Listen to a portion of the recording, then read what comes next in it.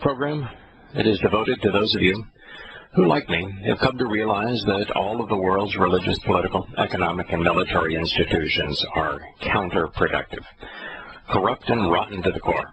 I am Yahowah. Our number, if you'd like to join us anytime over the next 2 hours, toll-free, 877-300-7645. Scott sent me a headline that is really comical.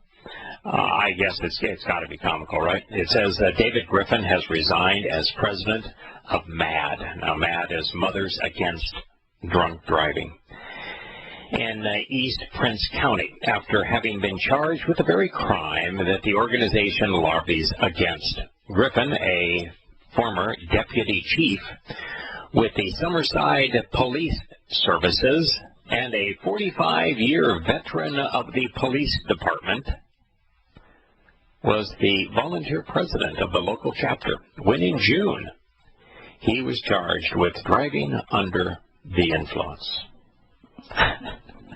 Yeah, I laughed when I saw it. MAD is one of my least favorite organizations in one of my 3 least non-religious organizations in existence. And yeah, it was not an Onion article that I sent you. Why? No, first of all, I'm just tickled pink that a former deputy chief of the police department was pulled over for a DUI. It just shows the hypocrisy of those who are supposed to be enforcing such laws, and it's of course somebody to just human hypocrisy for MAD to have chosen a high-ranking police officer, thinking that they were getting a bastion of moral fortitude. It just shows the foolishness in America's fascination with police, which are the worst of us, certainly not the best of us. First responders, as we call them now. But what's your issue with MAD? MAD was originally founded by a woman that didn't want her daughter to have died in vain, and didn't want other mothers to go through the excruciating pain of having some idiot who was impaired drive recklessly and kill their child. Now, just to put this in perspective before I answer the question, my wife's closest friend lost her son at 21 years old because a drunk driver plowed into the side of his car at about 10 o'clock at night, T-boned him. And this person had been drunk numerous times, had been arrested and convicted of drunk driving numerous times, was back out on the street with a valid driver's license when he killed her son. I don't like the way they go. First off, it's like PETA. I lump them with PETA because I don't like the way they go about doing things. I don't agree with drunk driving, and I agree that it's something that we should try and get rid of. I just think that maybe it's that they're too political. For me, it's that they're too political. Maybe for me, one of the things I really don't like is how in their world, somebody can't make a mistake. Like especially here in Minnesota, if you are convicted of drunk driving, you are vilified. You should be. You should be. You should be. I mean, you're not. If you were just risking yourself, I wouldn't give a hoot. And sure. If it's drunk bungee jumping, I don't care. I don't like them. I think drunk driving should be. I agree that it's something that we should be rallying against. But for them to basically take somebody's saying that you can't make a mistake. Look, I understand if you're a .12 or .15 or you're getting into those insane ends, but if you're at a .09. Yeah, that might be something that you don't realize that you're. I'm within reason. We might have some common ground here. A first offense at .09, .08, even .1. The consequence ought not be public humiliation or long-term deprivation of one's license. I do think that if you're pulled over and you are under the influence, there should be a penalty. It should be significant, and there should be no way out of it. But second offense, or if somebody is injured during your initial offense, then it needs to be so severely punished that it dissuades others from doing it. It is the perhaps, I mean, I think second only to texting while driving, it is the most deadly crime you can commit, and it's not deadly for the individual that I care about. It's deadly for innocent people. I don't want to be on the street with a second and third time offender of drunk driving. And in Minnesota, if you are convicted at all of it, you lose your license for at least a year. You are charged, I think it's up to like $7,500, and being that you can't drive, you're probably going to lose your job. Yep. And I would say that for .08, .09, .1, no one was injured. First offense.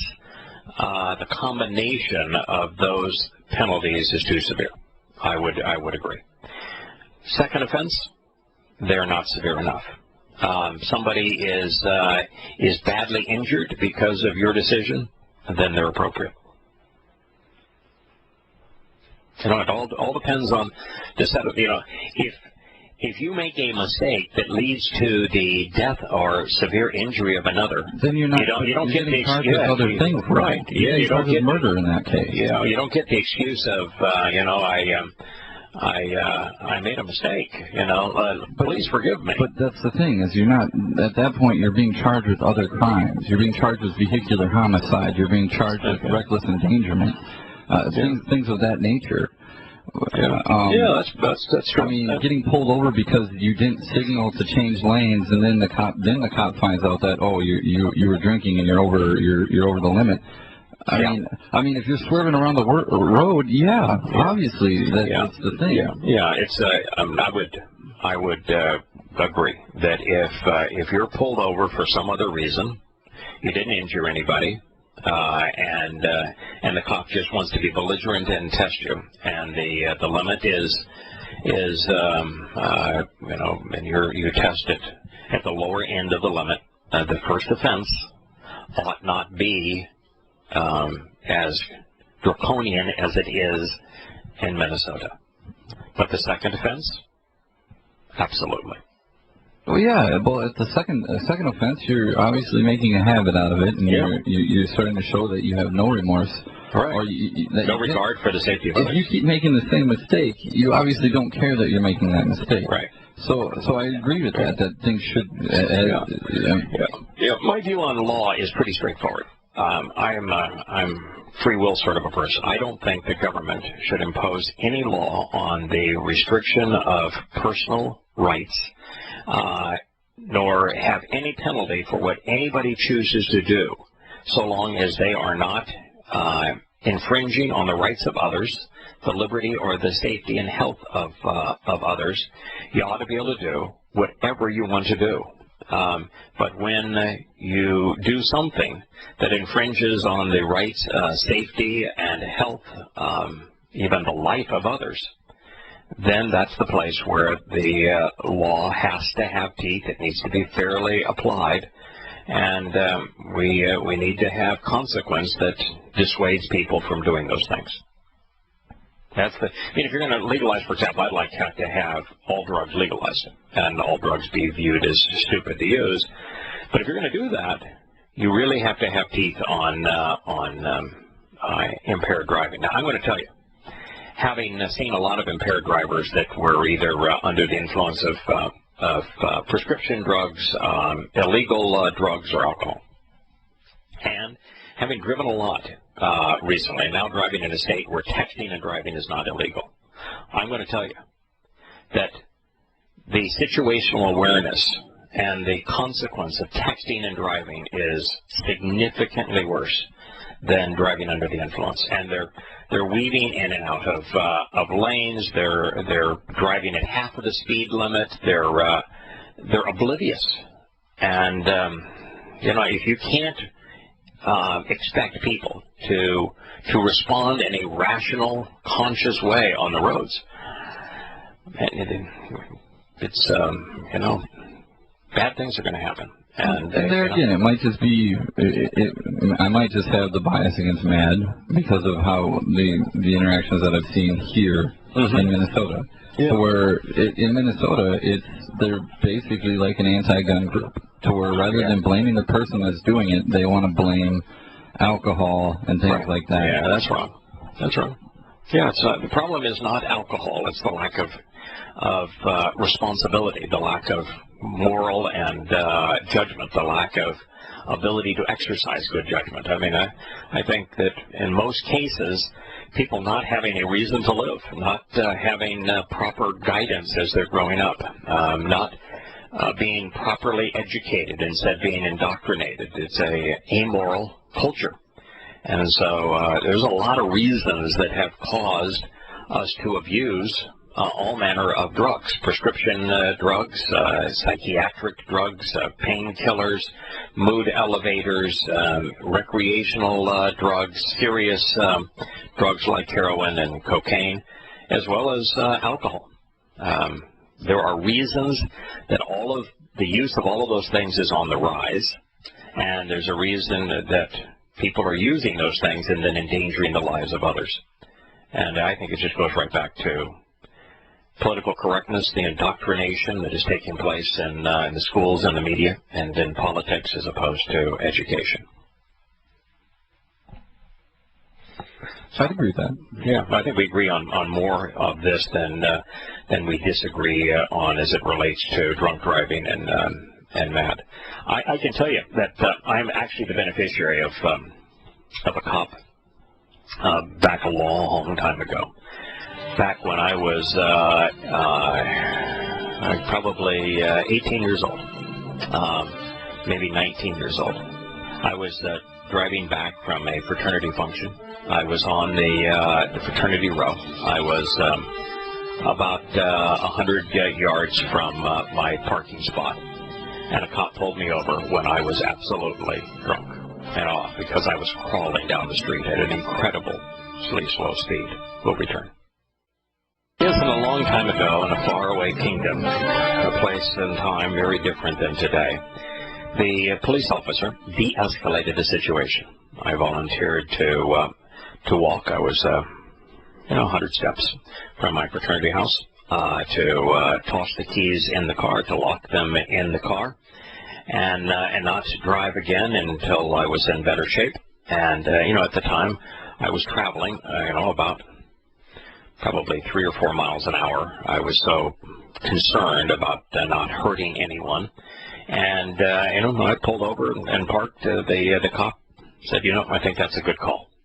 And it was that whole experience of seeing the flashing red lights behind the car when I knew I was impaired was enough to cause me never to do that again, and I haven't since. We have Rob on the line, who is our cannabis expert. The difference between Rob and myself on cannabis is probably that while I'm wholly and completely supportive of it being legalized, I'm not someone who is ready to endorse its use. In other words, you ought to be able to use it, but I'm not to the point where I would say, boy, you ought to use it. And I think, Rob, you are more in the ought to use it rather than ought to be able to use it. It's okay that you're there right now, Craig, as long as you don't stay there. It's fine, I understand. It's all about learning information. Yeah. The point I wanted to prove the other day is you're talking about the Schedule 1 drugs that people went to jail over them. Right. Well, cannabis is a Schedule 1. Yeah. They got up there with heroin and... which is just stupid. I mean, first of all, I even think that heroin and crystal meth ought to be legalized. If you're using either one of the two, you are absolutely brain dead. I mean, the world would be better off without you. You know, if you've gotten to the place that you're using poisons like that, which there is no one that has ever survived long-term use of either of those drugs. They eat you up alive. They literally destroy you. And so somebody that would choose to destroy themselves that way, they're such a blight on society, and so prone to doing things that are counterproductive. The world would be better off without you. So, and I want to be really harsh when I say I think you ought to have the right to kill yourself if you want to.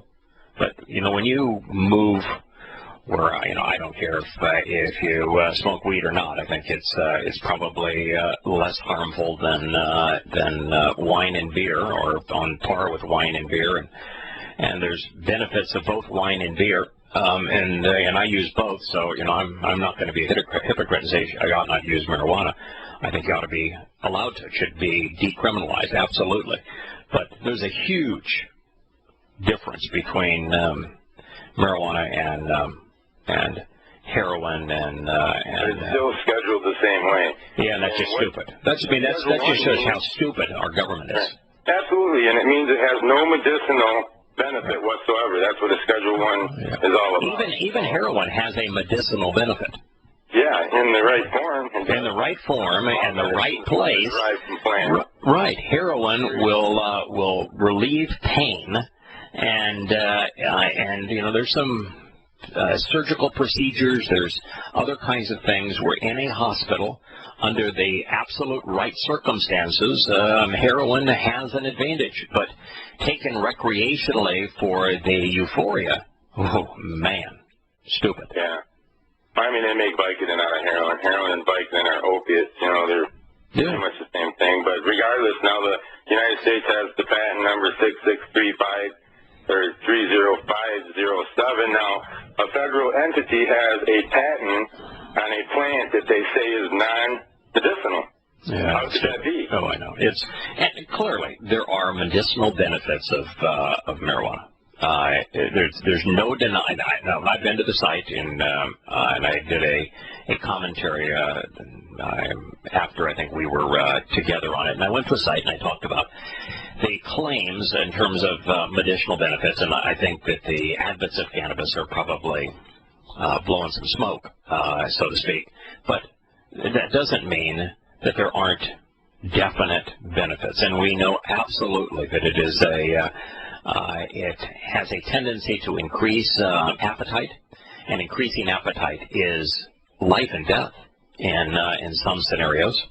And it has a tendency to diminish nausea, which can make enduring chemotherapy, for example, tolerable. It's also, I understand, has definite benefits in things like glaucoma and other eye issues. So you're not going to get an argument from me that it's factual that marijuana has some medical benefits. Well, before we move on to a couple of happenings in Israel, I wanted to make sure you had an opportunity to have a parting shot on your thoughts on drunk driving. My views are a little more severe than our Scots in that regard, or just your advocacy for cannabis as a whole. Well, a lot of it has to do, like you said, with the judgment on the officer that's pulling you over. I was pulled over, 30 years ago with a case of beer and smoking a cigar and my Trans Am, and they took my case of beer and told me to, go home, basically. Yeah. But, I mean, nowadays they're not going to do that. They saved me from, a record for the rest of my life, possibly. Right. Yes. So, it's not like that anymore, and that's what I tell my sons, which they're not advocates of drinking anyhow. Right. But, my father was killed when I was 8 years old, and it really, caused me to have such a roller coaster life. It's ridiculous. But, so I was always kind of partial to not drinking for that reason. But, I think that there should be some stern, more people are killed from drunk driving than, one of the biggest killers in our... Yeah, I think it's number one or number two in the country. And if it was just a killer of the participant, in drunk driving as opposed to the victim, then I wouldn't be as concerned. But it is it's a crime that is certainly can never be labeled the victimless. So yeah, I'm concerned about it. Did your father's death have anything to do with alcohol? Yeah. He was ran off into a oak tree by a drunk driver. Like I said, when he was only 19 years old, I was a year old. Wow. They had me at a young age, but then it sent me. Then I had to grow up with a stepfather who was abusive, and it was tragic. So for me to be here right now and to know Yah is just amazing. Yeah. Wow. It doesn't really matter our past, and it's we all come to this place the same way, and when we get here, we're all the same. Individual in terms of personalities. I mean, you've got a unique approach and attitude, and that's the wonderful part. We're not homogenized, but yet we're all equal in terms of our share of all that Yahowah has to give. So. Yeah, and I used to share the same view on cannabis as you did not too long ago, but I was faced with a death or life situation, and I had to either continue on with the program that they wanted with these pharmaceuticals and this radiation and everything, or I had to take it in my own hands, and maybe it was just placebo that got me through it. But one way or another, I didn't smoke cannabis, I ate it. Wow. I ate it, and I basically infringed on the federal patent, made my own. And that's what it is. It's not the smoking is the most medicinal, even though it does have a medicinal effect on, I don't know, different things like depression or, a lot of post-traumatic stress. I'm a certified caregiver, so I actually am certified by the state of Michigan to, grow, cultivate, and distribute the medicine legally under state law, but I've got like 400 patients that I deal with, and it's amazing what the effect is on everybody. So you have personal experience of having gone through something that without it you may not have come out alive. Mentally and physically. I mean, they had me on 17 different prescription medicines. I had idiopathic thrombocytopenia platelet disease, and they don't know how I got it. It's idiopathic, but and they don't know why I had it. They tested me for leukemia, AIDS. I mean, everything that would cause your platelets basically to diminish in your blood, and my body was killing itself.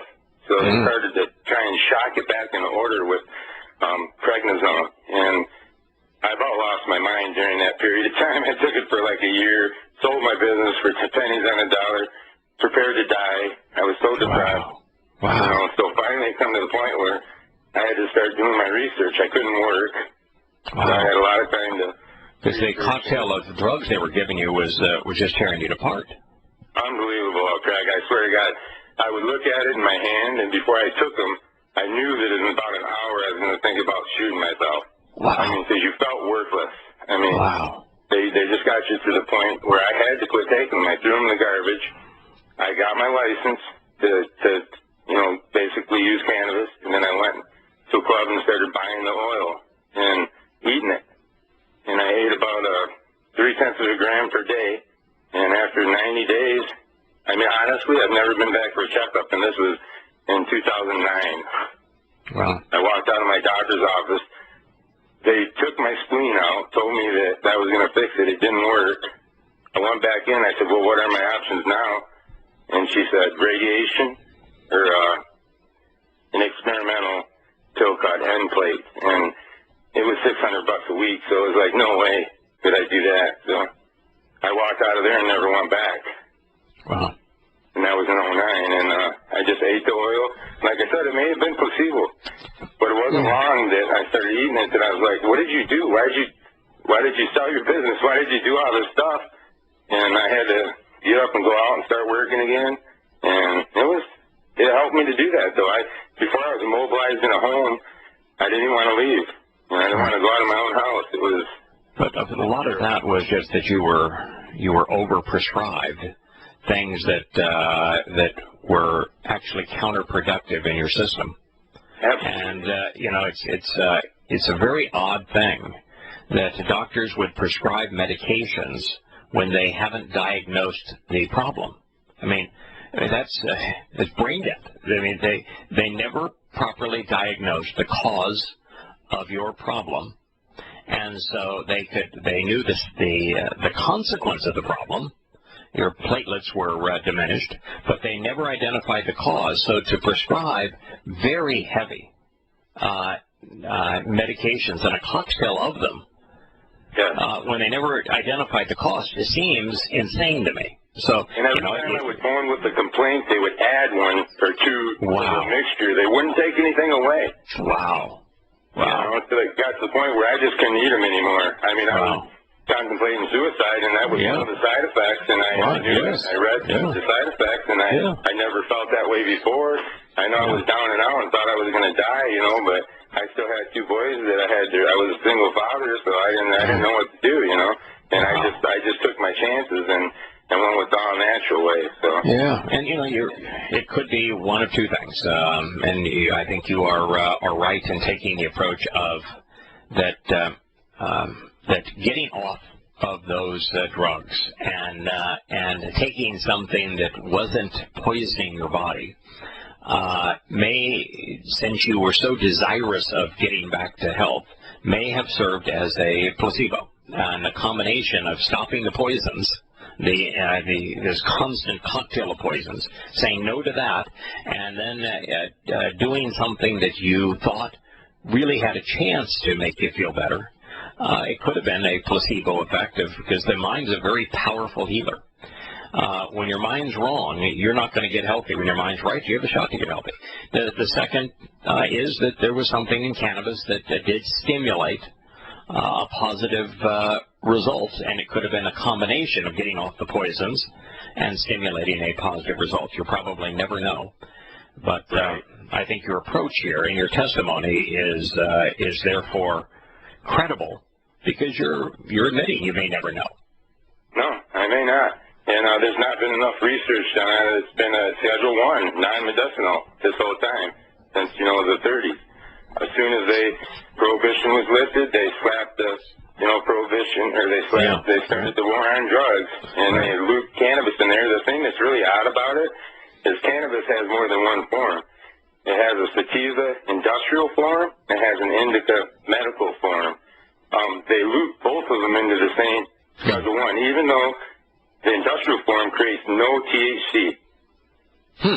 So in the medical form, when you were to consume it, either in an oil or in food, did it have any kind of an hallucinogenic effect or a narcotic effect of any kind, or was there just simply you were taking it and you didn't feel any different having taken it, versus if you smoked it, you're going to have a marijuana high?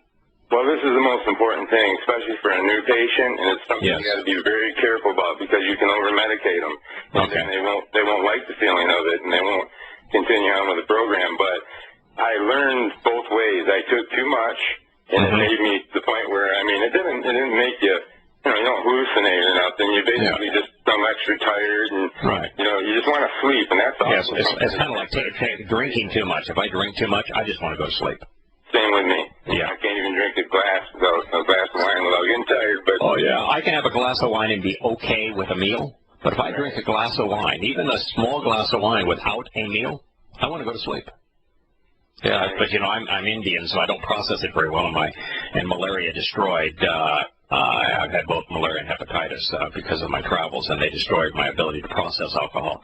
So I have to have, extreme moderation. So what you're saying is, if you ingest it by eating it, drinking it, if you will, in excess, it'll make you sleepy. And if you take the right amount, sleepy, it'll make you feel miserable. If you take too much of the oil, it won't hurt you. It has no bad side effects. But you'll wish you wouldn't have done it. You'll be really, really what they call high.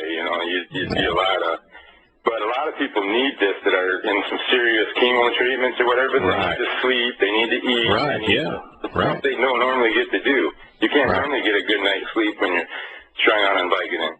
Just one thing after another. But regardless, I took just enough to where it didn't give me the high feeling, which was only 0.3 of a gram, which is a very small amount. I put it in my own little capsules, and, you know, I weighed it up to make sure. But if I took 0.5, I couldn't go to work.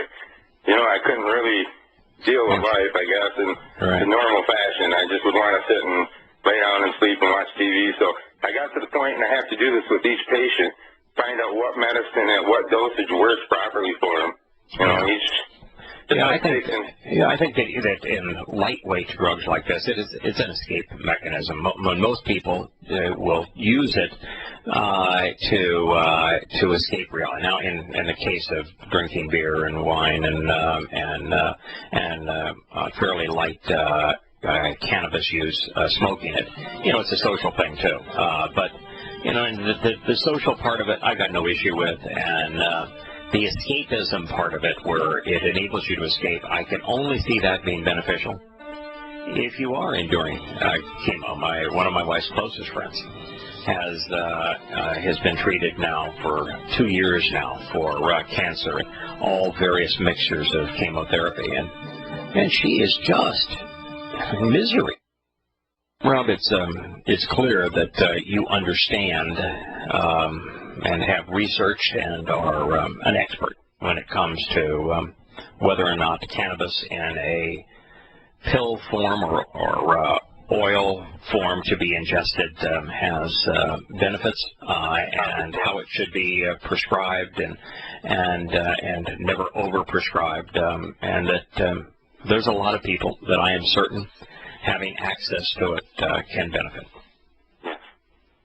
That was important for me, Craig, because, you know, I want my maker family to know that there's alternatives. You don't have to go with the pharmaceuticals, and they're just constructs of humanity, you know. They're failed. I don't look at them as conspiratorial, which I know a lot of people do, and I don't think they're the least bit conspiratorial.